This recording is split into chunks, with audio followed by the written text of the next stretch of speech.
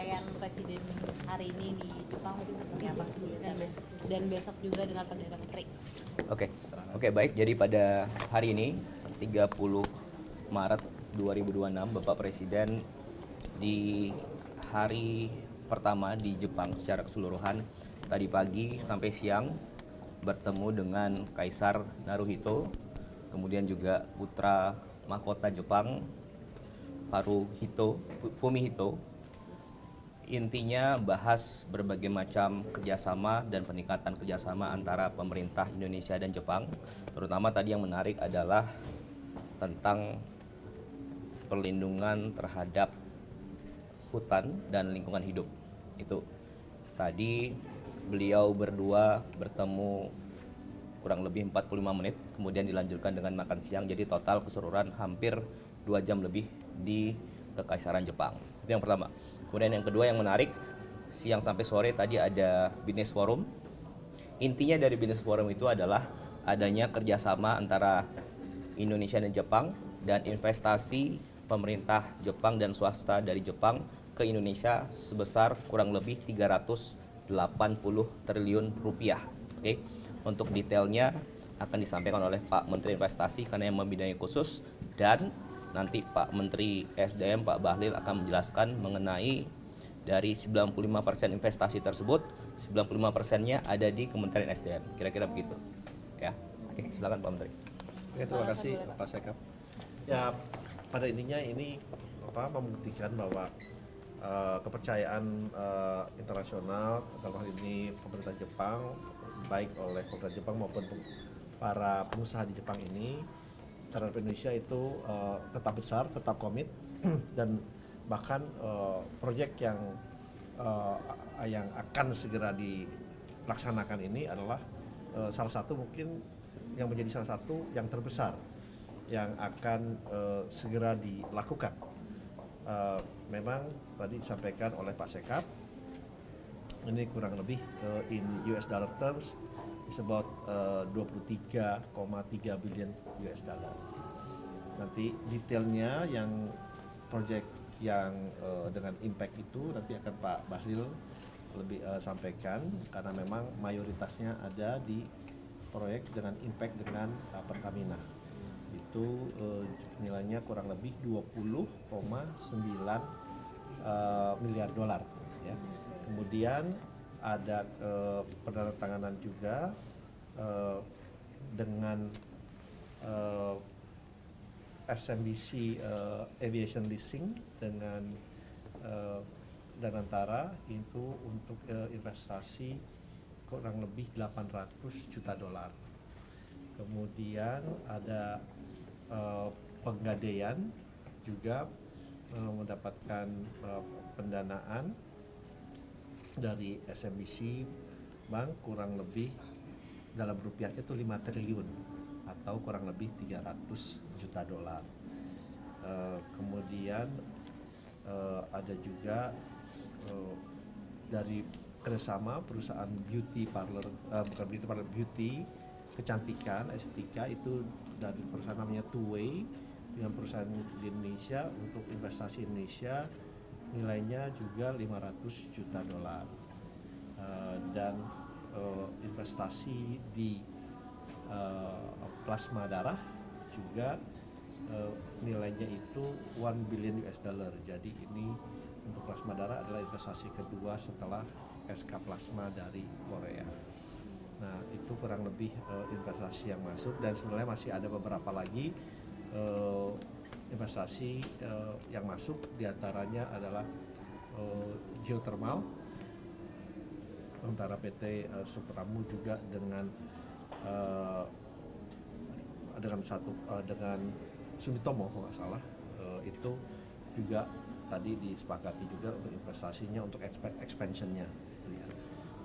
Expansionnya. Jadi kalau kita lihat dari total ini semua membuktikan, karena memang kalau kita lihat kan Jepang ini selalu dalam among top 5 ya, selalu di dalam 5 besar negara yang masuk ke Indonesia, dan investasi ini kita harapkan juga terus berkembang, terus berjalan, dan memang mereka untuk energi baru terbarukan ini appetite-nya memang sangat-sangat besar. Soalnya sebelumnya juga kemarin mereka baru ada closing untuk geothermal di Malabo, kurang lebih nilainya juga 900 juta dolar, baru financial closing juga. Tapi ini tidak dalam yang ini karena sudah dilaksanakan financial closingnya.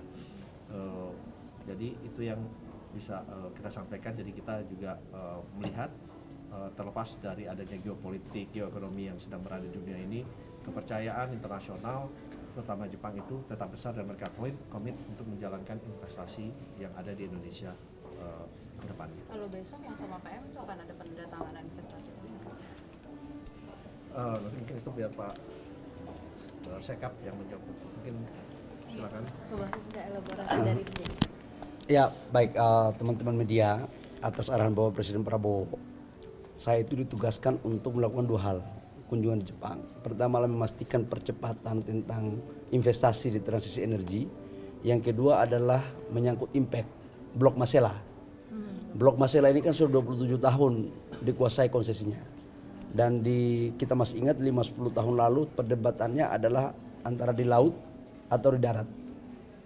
Atas arahan Bapak Presiden di tahun 2025 kami melakukan pertemuan insentif intens dan alhamdulillah sudah selesai. Total proyeknya 20,9 miliar US dollar karena dia tambah CCS 1 miliar, di POD-nya itu 20 miliar. Tetapi dengan perkembangan geopolitik yang seperti ini kemungkinan besar akan nambah. Jadi total investasi kita kurang lebih sekitar 300 triliun lebih. Betul tadi Pak Seskap sampaikan 95% itu investasinya di sektor SDM. Nah, tugas kita sekarang adalah, tugas saya sebagai Menteri SDM, Bapak Presiden tadi dalam arahannya ketika saya pertemukan Presiden Direktur daripada Impex dengan Bapak Presiden, mengharapkan agar proyek ini bisa cepat diimplementasikan.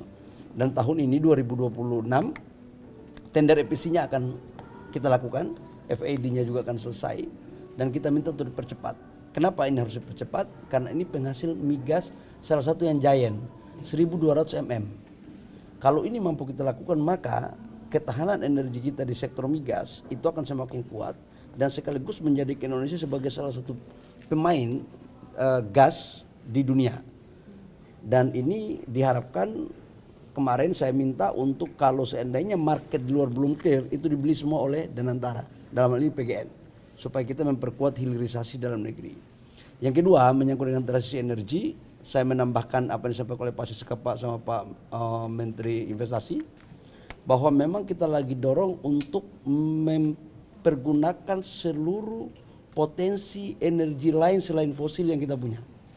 Kenapa? Karena geopolitik ini kita nggak pernah tahu kapan selesai. Jadi mau geothermal, mau air, mau matahari, mau angin, selama ada teknologi, harganya efisien, kita akan dorong. Nah, ini adalah bagian daripada upaya untuk melakukan itu.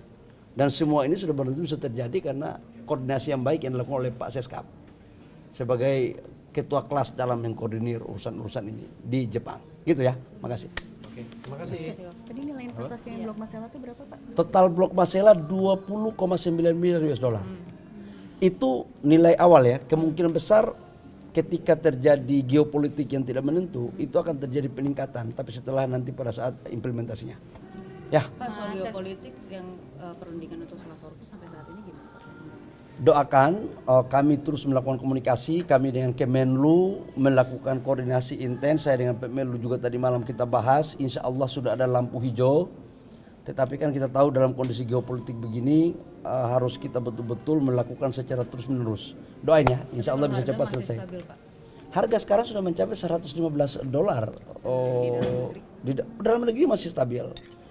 Insya Allah atas arahan Bapak Presiden untuk BBM subsidi sampai dengan sekarang saya pikir Bapak Presiden punya hati lah untuk memperhatikan rakyat kecil. Percayalah, nanti tunggu tanggal mainnya Bapak Presiden akan memutuskan seperti apa untuk kebaikan rakyat bangsa dan negara. Bapak Presiden kita ini kan tiap hari memikirkan tentang bagaimana pembangunan negara tapi juga bagaimana memperhatikan kebutuhan dan kondisi masyarakat kita di bawah. Pak Bali, ini kemencuat juga wacana yang non subsidi itu yang akan naik tanggal 1 April 10% itu ada wacana. Nah kemudian apakah kalau ini terlaksana, maksudnya terjadi, berarti yang subsidi itu apakah dipastikan tidak akan mengikuti gitu? Gini, di peraturan Menteri SDM tahun 2022 itu telah mengatur 2 formulasi tentang harga BBM. Satu harga BBM industri dan satu non industri. Kalau yang industri tanpa diumumkan pun dia terus terjadi berdasarkan harga pasar.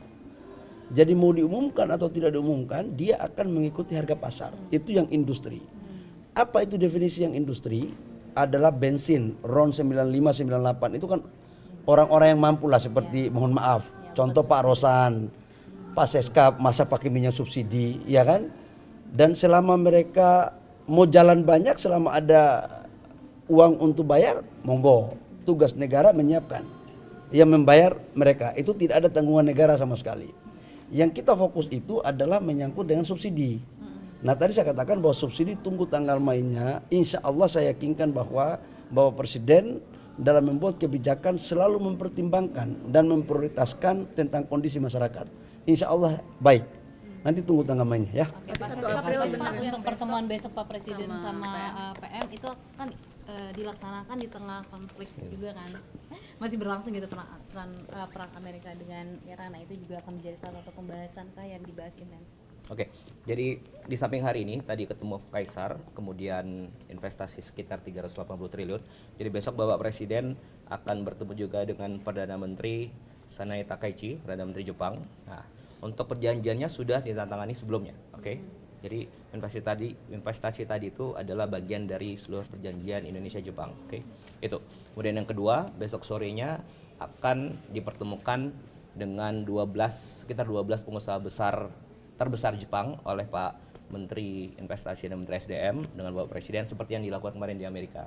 Nah, kesimpulannya apa? Jadi intinya adalah Indonesia dengan investasi yang begitu besar di sini, tadi Pak Presiden datang 380 triliun investasi datang, gitu kan? Itu adalah bukti bahwa Indonesia menjadi magnet investasi dunia. Itu yang pertama. Kemudian yang kedua, di luar semakin mantap untuk berinvestasi di Indonesia. Itu aja kira-kira. Oke? Terima kasih teman-teman semua. Yang jelas trust global kepada negara kita semakin hari semakin paten. Kalau ini bisa dikutip sebagai mantan menteri investasi ya. Terima kasih. Terima kasih semua. Pak Rosan.